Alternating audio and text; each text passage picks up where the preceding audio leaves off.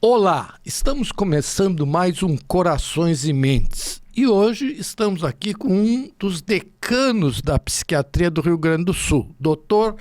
Luiz Carlos Ilafon Coronel.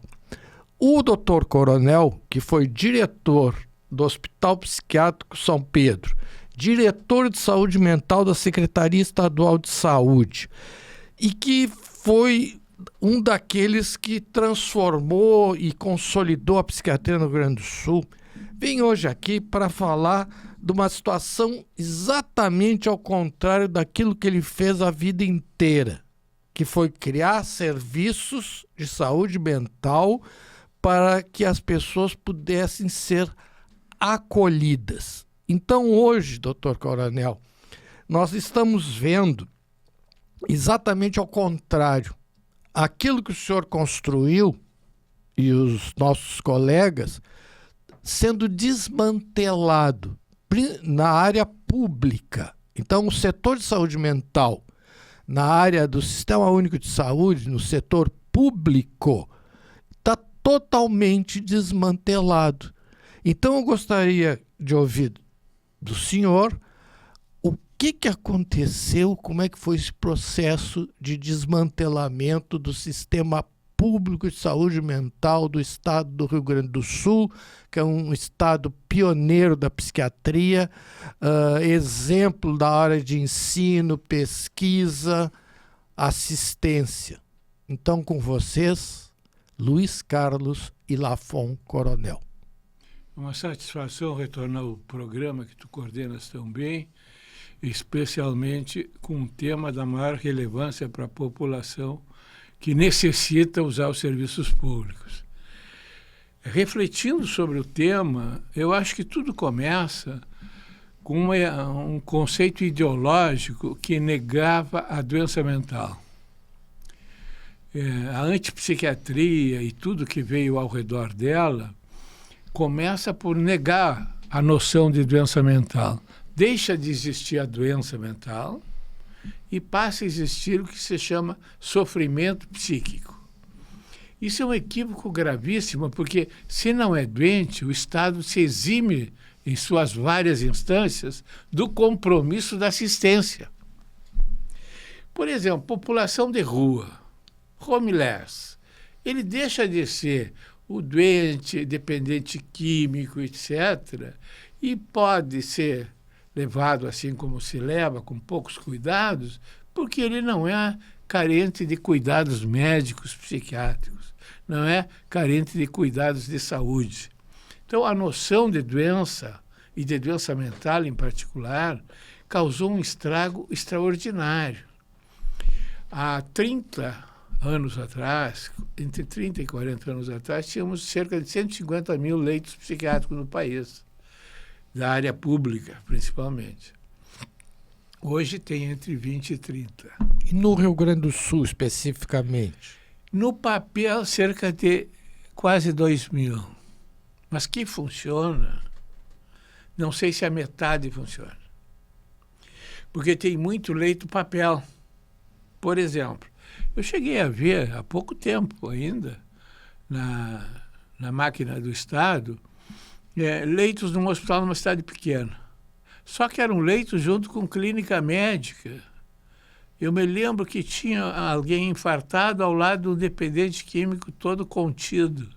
E a família querendo tirar. Sim, mas a ideia... Então, essa malha hospitalar, ela não chega a 2.000 leitos, talvez seja a metade, e é frágil, não é misturado com outros pacientes que tornam impossível o tratamento adequado. Pois é, mas é que a ideia da lei antimanicomial, que é uma ideia que começou lá na Itália, né, com o Franco Basaglia, e que chegou ao Brasil. O Brasil é um país retardado, né? Tudo chega aqui bastante tempo depois. Na Itália, o que aconteceu? Com a antipsiquiatria do Basaglia, fecharam os leitos psiquiátricos, só que lá existe uma comunidade europeia. Então os italianos iam se tratar na Suíça. E agradeciam até, porque o tratamento na Suíça era muito melhor que na Itália. E isso também já mudou. A lei antimanicomial aqui no Brasil, que está fazendo 20... Desde 92. Dá quantos anos? 26 mais 8, 34 anos. 34 anos. Ela deveria ser revisada a cada 2 anos. Até hoje nunca foi feita uma única revisão. O que aconteceu? Nesses 30 anos, apareceram o crack, que todo mundo dizia assim, não, essa droga vai ser uma droga sazonal, com o ácido lisérgico, LSD e tantas outras. Ela vai aparecer e desaparecer. O crack está aí há quantos anos? Né? E todo mundo diz assim, não, esses pacientes vão morrer pelo uso do crack. Ninguém morre por uso do crack. A maior causa de morte do crack é homicídio. Um mata o outro por causa de um cachimbinho, por causa das pedras ou dívida de pedra. E o que aconteceu, que o senhor acabou de falar? A população de rua de Porto Alegre, que eram 3 mil pessoas há 4 anos atrás, hoje são 6 mil. Ou seja, dobrou. E o que houve nesse período? Desmantelamento, destruição do Instituto Psiquiátrico Forense, que tinham 200 pacientes, hoje tem 5, né? E o fechamento dos hospitais psiquiátricos no Rio Grande do Sul inteiro. Pelotas tinha 2 hospitais psiquiátricos. O Hospital Espírita, que ainda existe, e a Clínica Oliveira Leite. Né? E para onde que foram esses pacientes? Os pacientes do IPF foram distribuídos em cadeias, outros presídios, ou no Centro de Atenção Psicossociais das cidades das quais eles eram oriundos. E o que ocorreu? Muitos desses pacientes cometeram crime contra a sua própria família. Então foram entregues à responsabilidade da família, que tinham conflitos. E o que aconteceu? Eles ficaram na rua. É o chamado tratamento em liberdade. Isso é um problema que, digamos, são 2 tragédias, né, anunciadas. Primeiro, quando extingue a noção de doença e que gera a extinção de todos os instrumentos hospitalares e extra-hospitalares da psiquiatria, porque não foi só hospitais que fecharam, disseste muito bem, os ambulatórios especializados, os apoios especializados de toda a malha assistencial diminuíram, encolheram ou sumiram. E isso gera uma desassistência. E a população cresceu. E cresceram as novas patologias.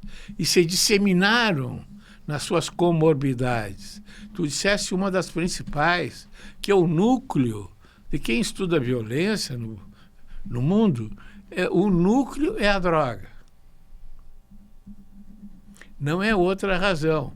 Em torno disso que estão os homicídios, que está o tráfico, que estão as cadeias, né? Estão lotadas. Os suicídios, os feminicídios. Tudo tem que ver de um modo ou de outro com as drogas, né? Isso é um índice eu acho que chega a 10, 12% da população geral. Sim, e quando a gente fala em drogas, o alcoolismo, na última década, no Brasil, ele dobrou. Então nós tínhamos 10%, hoje em média é 17%, em algumas localidades chega a 20%, principalmente nas pequenas cidades.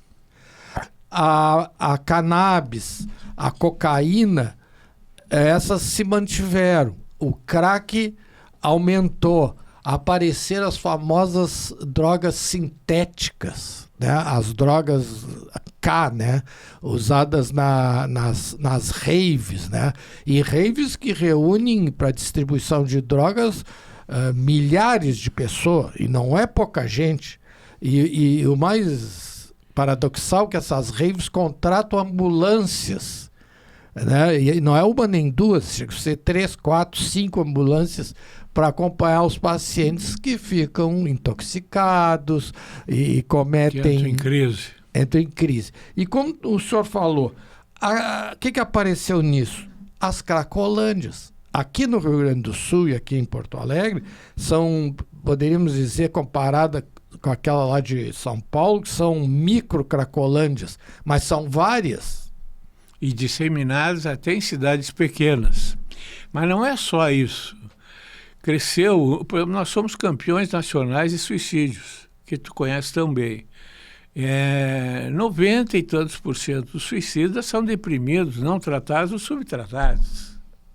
Então nós temos um índice de 6%, digamos assim, de deprimidos, em torno de 5,9%, segundo a OMS, né, de deprimidos que não são tratados adequadamente, que a rede assistencial, pelo desmantelamento, pela fragilidade, não, nem de perto toca.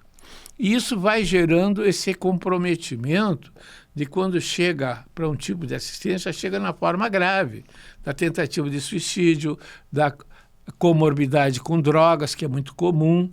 Né? E pela falta do acolhimento. Porque quando o senhor fala na transição epidemiológica, o que acontecia? Quando eu estudava psiquiatria, eu estudei na Universidade Federal de Pelotas, a nossa leiga, que tinha psicologia médica do 1º ao 6º ano. Eu fiz o internato no Hospital Espírita, depois eu fiz a residência na Clínica Oliveira Leite, tudo lá em Pelotas, com os nossos professores da família Abuchain, o Darcy, o Antônio. O que ocorria? Havia uma outra...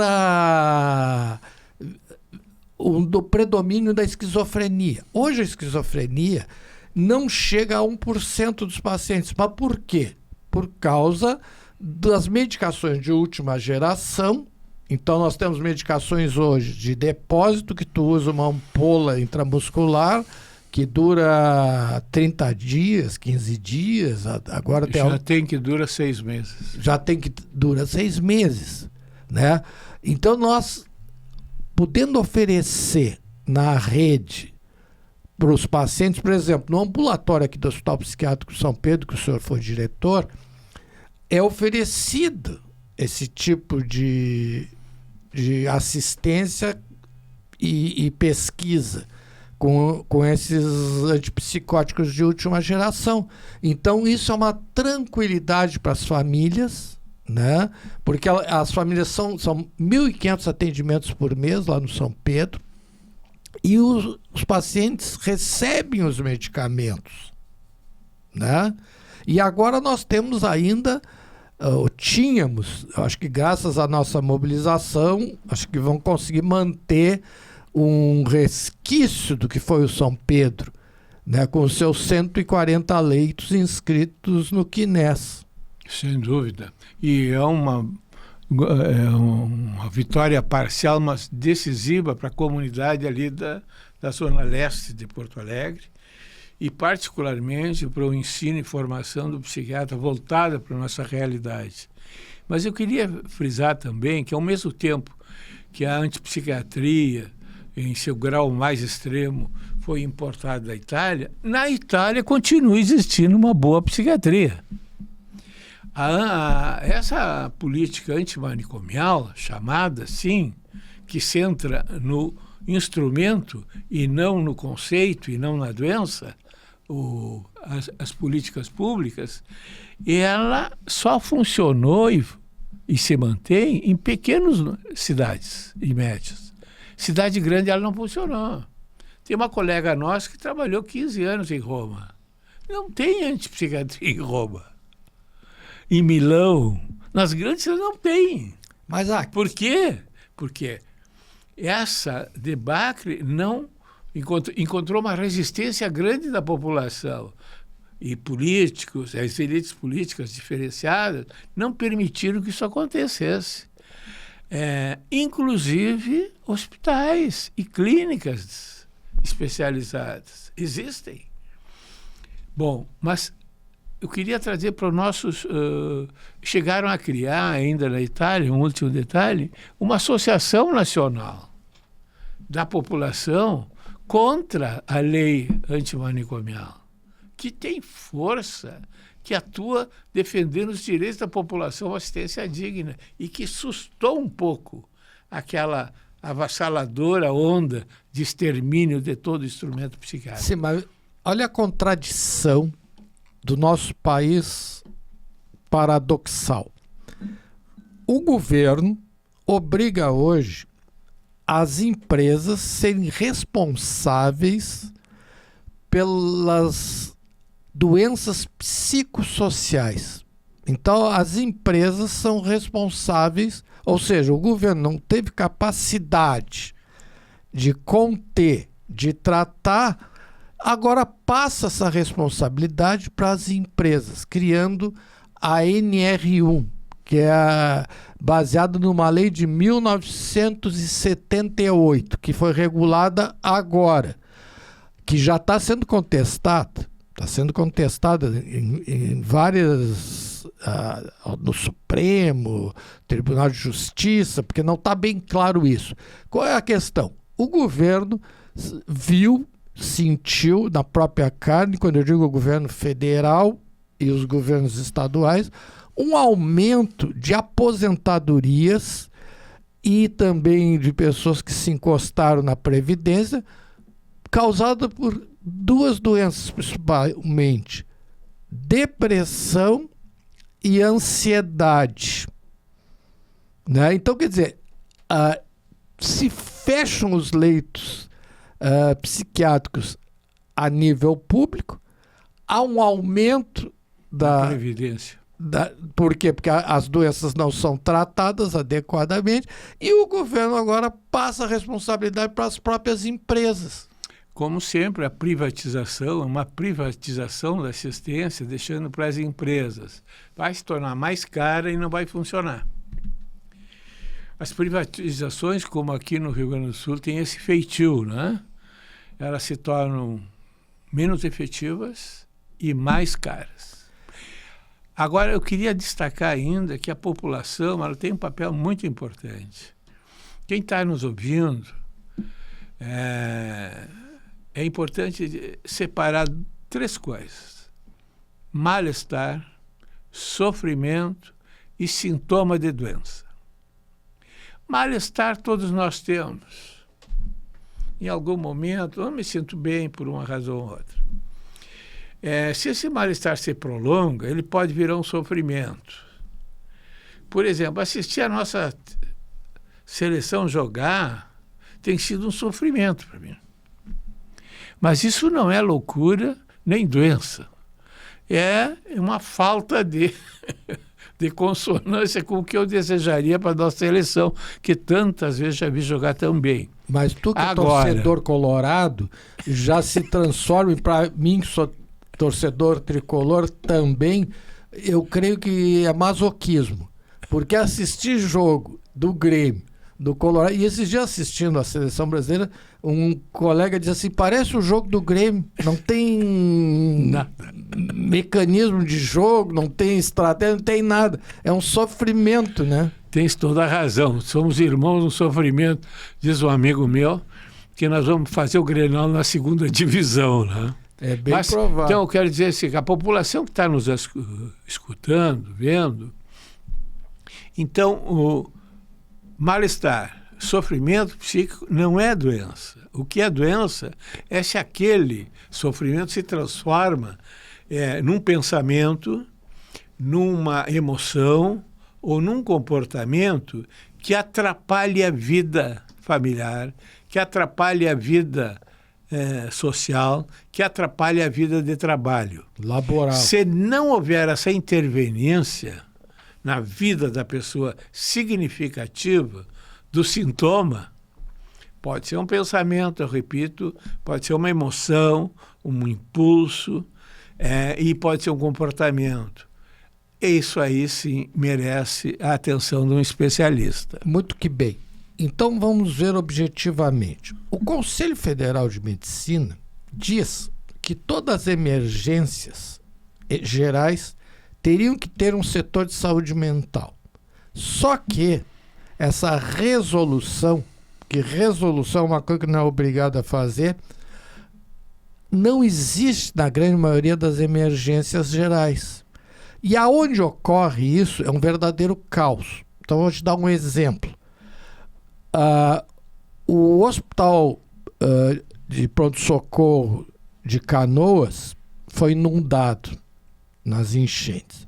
Aí passaram o pronto-socorro de Canoas, que não foi refeito, não foi reconstruído, para dentro do Hospital Nossa Senhora das Graças.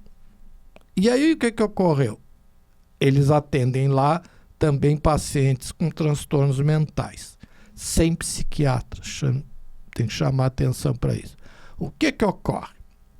Meninos em abstinência por crack, crianças em surto por autismo, então é um verdadeiro tumulto. E como não tem especialistas, psiquiatras contratados na emergência, os outros pacientes clínicos, eles não conseguem dormir. E como eles não sabem sedar devidamente esses pacientes psiquiátricos, o que acontece? Para poderem acalmar a situação e dormir, eles sedam os clínicos. Isso é um verdadeiro caos e um absurdo. E queriam fazer a mesma coisa que em Porto Alegre, mas graças a nós conseguimos nos mobilizar e mantivemos as emergências psiquiátricas da Zona Sul e da Zona Norte, o IAPI e o Postão da Cruzeiro. Além disso, tem um outro grande problema. Além do governo dizer que as empresas são responsáveis pela saúde mental dos seus funcionários, o governo agora, ano eleitoral é uma beleza, diz que é responsabilidade do próprio governo o tratamento da saúde mental das crianças e dos adolescentes. É que tem dois patamares aí para estudar. Um é o que o governo diz e faz, que é um descuido, que é maltrata a população nas suas necessidades básicas, que tem as doenças não tratadas, não diagnosticadas, e com isso todos os agravamentos que acontecem em função delas não serem bem conduzidas as doenças. O outro é da população. A população ela tem que ter, como na Itália, como na Europa, como na Inglaterra, como na França, como nos países espanhóis, né? A seleção espanhola, como é que é chamada? É fúria. O espanhol tem um sangue quente. Nós temos um pouco de espanhol aqui no Sul.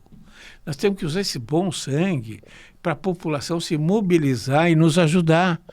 Porque só o médico é importante, nós conseguimos, o sindicato consegue muita coisa. Agora, não é o suficiente para mudar as políticas. É preciso que tenha esse apoio popular das suas várias instituições. Há algum tempo atrás, eu participei de um seminário na Assembleia, tinha 20 entidades de deficiências. As mais de 20.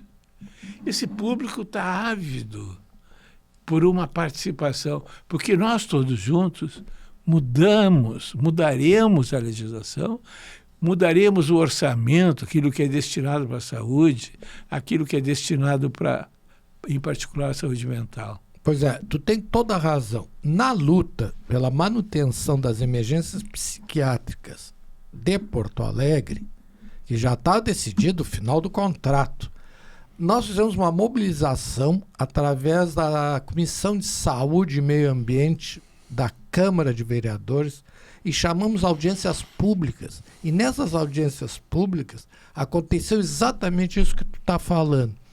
As associações dos pacientes e familiares de pacientes autistas, pacientes esquizofrênicos, pacientes usuários de narcóticos anônimos, alcoólicos anônimos. E essas famílias, a mobilização dessas famílias, inclusive lá no IAPI, no Postão da Cruzeiro, as associações de bairro que fizeram a mobilização para que se mudasse de ideia. Com isso, o que aconteceu?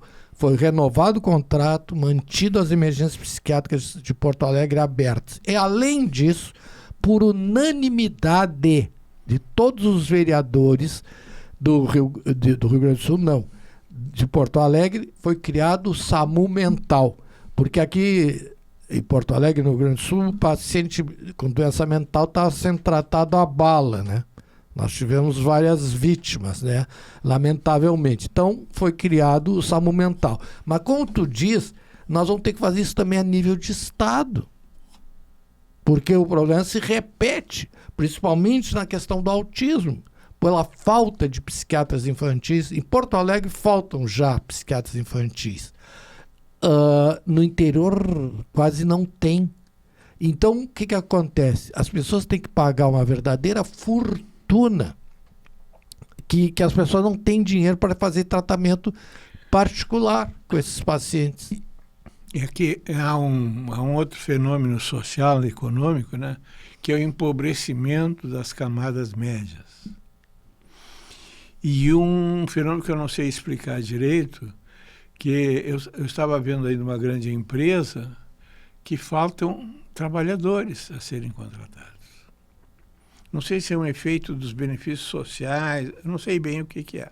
Mas o fato é que essa população, digamos assim, desassistida, ela tinha que achar um jeito de se manifestar, como foi na Câmara, apoiando o sindicato, e como deve ser na Assembleia Legislativa, que nos dê força para mudar a lei.